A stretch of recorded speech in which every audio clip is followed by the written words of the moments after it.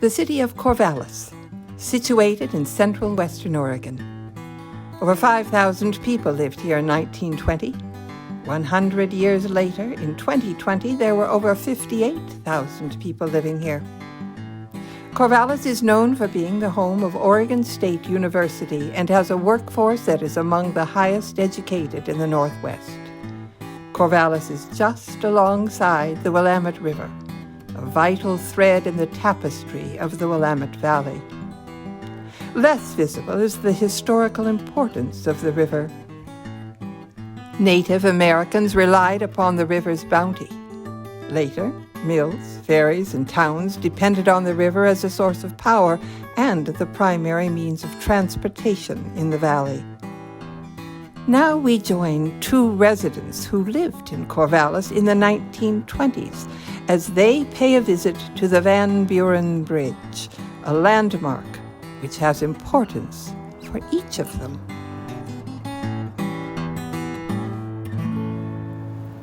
Excuse me, sir. Oh, hello. You're in my way. Excuse me? The bridge. Please move aside. I'm sorry, you intend to drive your painting easel across my bridge?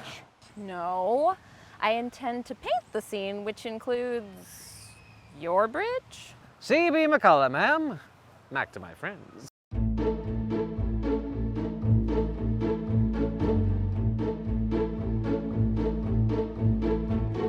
A pleasure to meet you, Mrs. Mary Colby Oppen.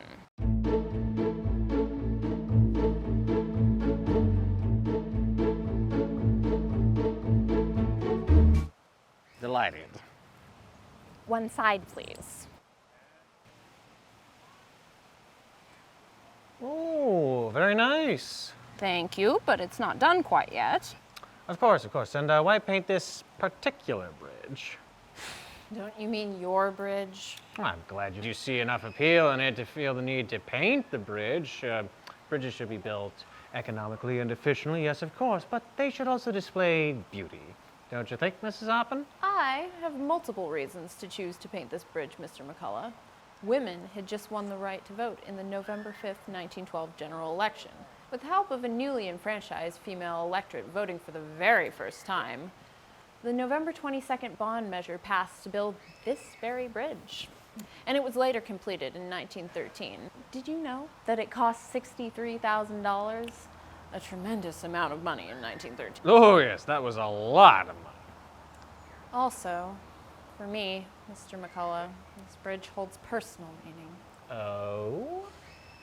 I met my husband George in a poetry class at Oregon State University not far from here. Ah, yes, I'm familiar with the college. George was amazing, dazzling. He and I were immediately entranced with one another, so much so that during our first date, we stayed out all night and got ourselves into terrible trouble and got expelled from school. It was so much fun. We just couldn't stop. George, that rebel. I see. What year was that? That was back in 1926. This was the bridge that we took at the beginning of our adventures together. It's very important to me. We spent the rest of our lives together, and it all began here, with this bridge brought about by women voters. Never discount the influence of women, Mr. McCullough. Oh, no, I wouldn't dream of it. So, your time at the university was after I taught in the engineering department. I was the only structural engineering professor in the school. I was there from 1916 through 1919 when I left to be the head of the bridge division at the Oregon Department of Transportation and helped design over 600 bridges in Oregon. Did you know that I designed the Marys River Bridge in Corvallis, the Albany-Ellsworth Bridge, and the 6 nationally recognized bridges on the Oregon coast? Well, that's quite impressive, sir. Ah, well, thank you. This one, though, this is one of my favorites. I don't call it mine because I designed it, but I do call it mine since I spent time here in Corvallis, and ODOT took responsibility for the bridge in November 1938. That was after my time there, but I still feel a certain connection, you see?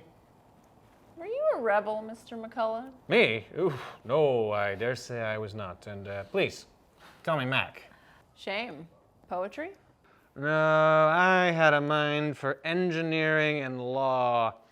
Graduated law school and passed the bar in 1928. You, though, you seem to have been more of an artist in your lifetime, a creative sort. Yes, Mr. McCullough. George and I were certainly creative types. We struck out on our own, hitchhiking. Hitchhiking? Yes, and traveling all over the United States. We fought for people's rights in New York, spent time abroad in Mexico City and Paris, even earned some measure of fame. Me as an artist, and George as a Pulitzer Prize-winning writer. How about that? Yes, it was quite the life we had together. The adventures, the travels. Yeah, certainly sounds like it. But you're a structured man, I believe.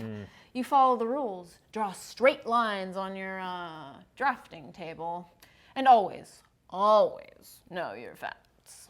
My life depended upon knowing the facts, Mrs. Oppen. All right, Mr. McCullough. Please, call me Mac. Tell me some facts about this bridge. Well, sure.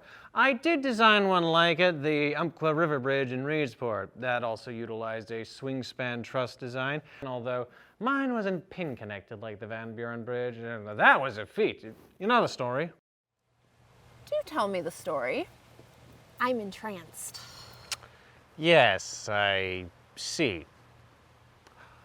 Let me take you on a tour of the bridge. Up close and personal, as the kids say. Oh, don't get me started on what the kids say these days, sir. Oh, I can barely understand what they're saying. Apparently, chilling doesn't mean that you're cold, but rather that you're relaxing. And if something is a bomb, that's actually a good thing? Confusing. I couldn't agree more. Well, I'll take your tour of the bridge, sir. Come, Mrs. Oppen. Let's have a look at that bridge.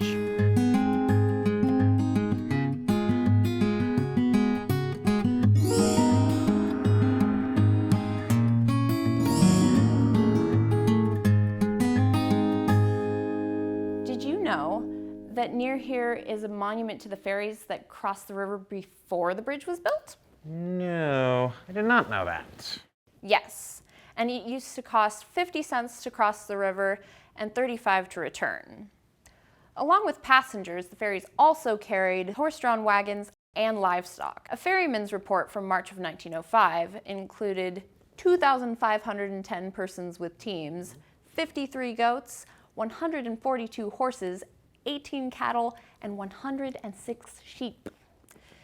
It was a lucrative job, and the ferries were in operation from 1850 all the way up until 1913 when this bridge was built. Well, speaking of facts, you seem to have delivered quite the handful. I pay attention, that's all, as any smart woman would do. Now, tell me about this bridge. I was about to say that this bridge was constructed with 3 different types of trusses. The first one here on the Benton County side is called a Parker through truss. The larger middle section is called a Pratt through truss. And the smaller one on the Lynn County side is called a Warren pony truss. Now, all 3 were developed in the 1800s and named for their inventors. Men, always naming things after themselves. Yes, we all want to be remembered. Isn't that right, Mrs. Oppen? If you say so. So, it has a Parker through truss, a Pratt through truss, and a Warren pony truss. Ah, you do pay attention. Why 3 different trusses, Mr. McCullough? Please, call me Mac. You see, the bridge had to extend across the Willamette River, and the swing span had to be in the deepest part of the river to let passing boats through. So, the Parker and Warren trusses support the sections connected ashore, while the Pratt supports the swing span. Different solutions for different needs. Absolutely. Now you're beginning to sound like an engineer. You may know that the steel parts for the bridge were manufactured on the East Coast in Illinois and Pennsylvania, then shipped here by rail and assembled on site piece by piece. You can see the names of the manufacturers stamped on each component. Mr. McCullough, Mrs. Oppen? I'd like you to call me Mary. Thank you, Mary. I'd like you to call me Mac. Do you remember stern wheelers? I believe stern-wheelers carried passengers and cargo up and down this river up until about 1920. People in Corvallis could take an excursion to Albany, Salem, or Eugene and listen to a band and eat a chicken dinner for $1.50. Oh yes, I remember. And the center section would swing around. The center pivot swing span. Okay, that would swing around and let the boats through. Those were the days. Yes, they were. Oh, speaking of the rotating swing section, there is the story of a dishwasher from the Julian Hotel in 1914 who was crossing the bridge in the midst of a fierce January windstorm, which blew open the latches that held the swing section to the roadway. The center section swung around, and the poor fellow got stranded on the open center span for an hour.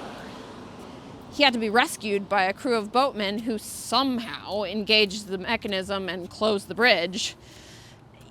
Can you imagine getting stuck out here in the cold January wind for an hour when all you want to do is go home after work? I'd say one could call that getting stuck in traffic. Now, if you look down in the center of the tower section, you'll see a patch covering a hole in the pavement. You see it? The pier below has a roller track that allows the bridge to swing open. It took 6 men with a 17-foot-long turnkey to engage the mechanism.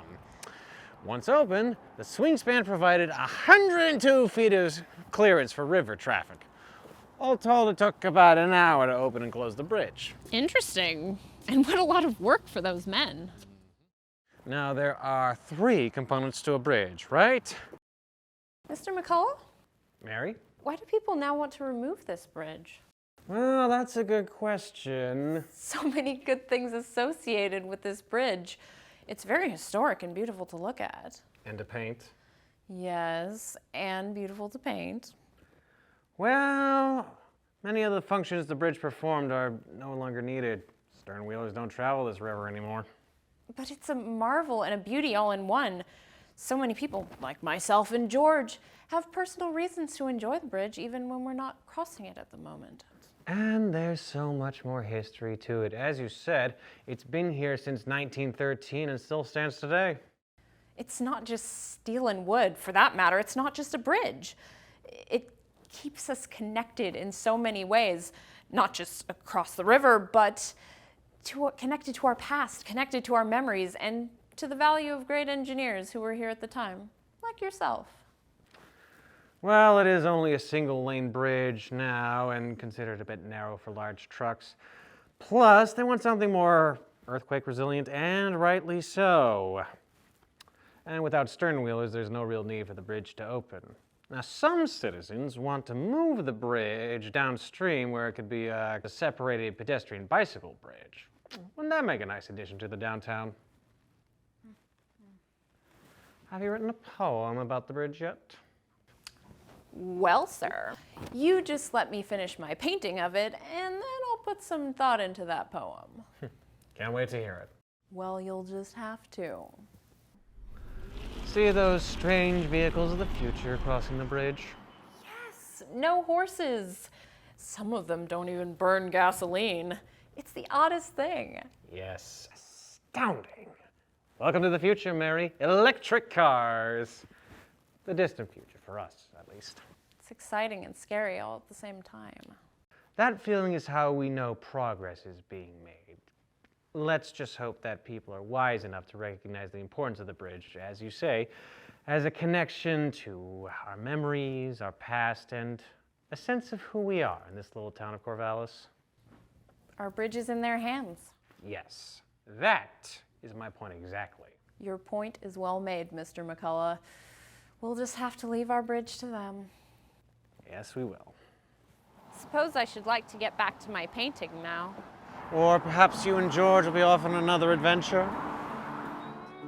One never knows, Mac. One never knows.